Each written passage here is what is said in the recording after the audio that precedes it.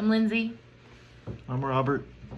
Hi, my name is Eden. Today I will be discussing why free school meals are something that should be provided to students. As a kid, I often ate school lunch despite my mother offering to pack me things, which was great. However, every so often I would get into the line and whatever sliced pizza I picked out would get taken away, and instead I would be given a ham and cheese sandwich, a juice pouch, and it all tasted like wood chips.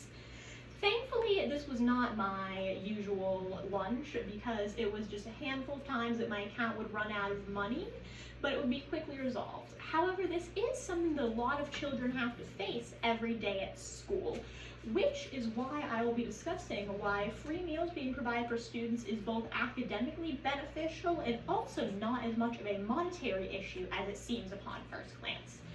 So to begin with its academic advantages, the journal Let Them Eat Lunch, The Impact of Universal Free Meals on Student Performance by Amy Ellen Schwartz and Micah Roberts discusses their findings about universal free meals, aka UFM. They wrote that UFM increases academic performance by as much as 0.083 standard deviations in math and 0.059 in ELA for non-poor students, with smaller statistically significant effects of 0.032 and 0.027 standard deviations for poor students for math and ELA respectively. Statistically significant just means that these results are unlikely to be a random fluke, and it shows that there is actually change. They also wrote that increases in school lunch participation improve academic performance, and additional lunch every 2 weeks increases test scores by roughly 0.08 standard deviations in math and 0.07 in ELA. In addition to this, there's other meals. That covers lunch, but what about breakfast? A different journal, Changes in Meal Participation, Attendance, and Test Scores Associated with the Availability of Universal Free School Breakfast by David Rybar and Lauren Haubman, discusses their findings on the school breakfast program, which is SBP. They wrote that SBP participation should lead to fewer skipped meals and increase the quality of children's breakfasts. These changes could lead to short-term metabolic improvements or longer-term health goals gains that might in turn contribute to better cognitive outcomes and academic successes. This is great. If what has been shown by school breakfast or school lunch improvements could translate over to school breakfast, that is fantastic and just better for the students. Now this is fantastic. If we could feed every student or every person, that would be wonderful, but food costs money.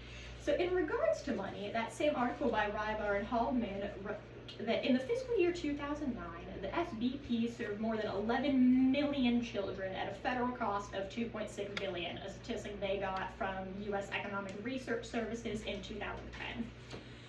The official fiscal data site, fiscaldata.treasury.gov, says that the U.S. government's budget has been $689 billion spent in the 2026 fiscal year, which started in October of 25. That is 0.001% spent on feeding children. $2.6 billion is a lot of money.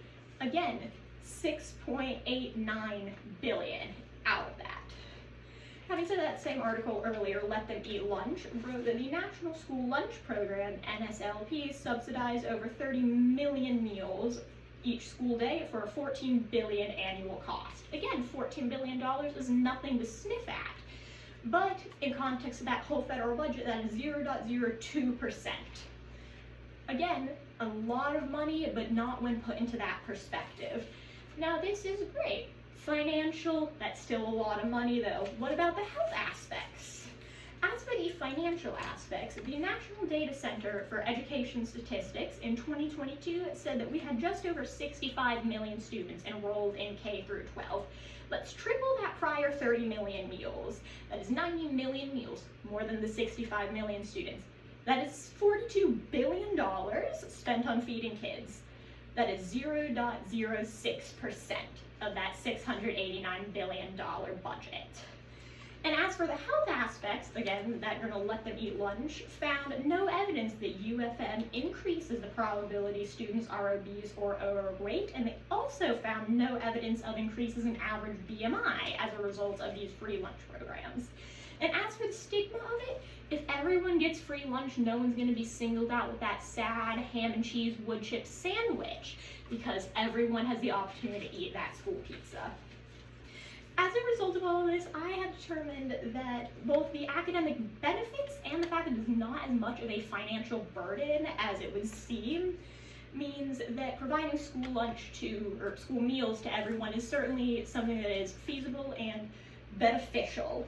And now as for you, emails are easy to write, petitions are easy to sign. Your elected representatives' jobs are to be there and listen to what we want changed. And wouldn't it feel good if you knew that your tax dollars were going to something that we knew worked? If you could look at our next generation and say, I helped ensure they succeeded? Thank you.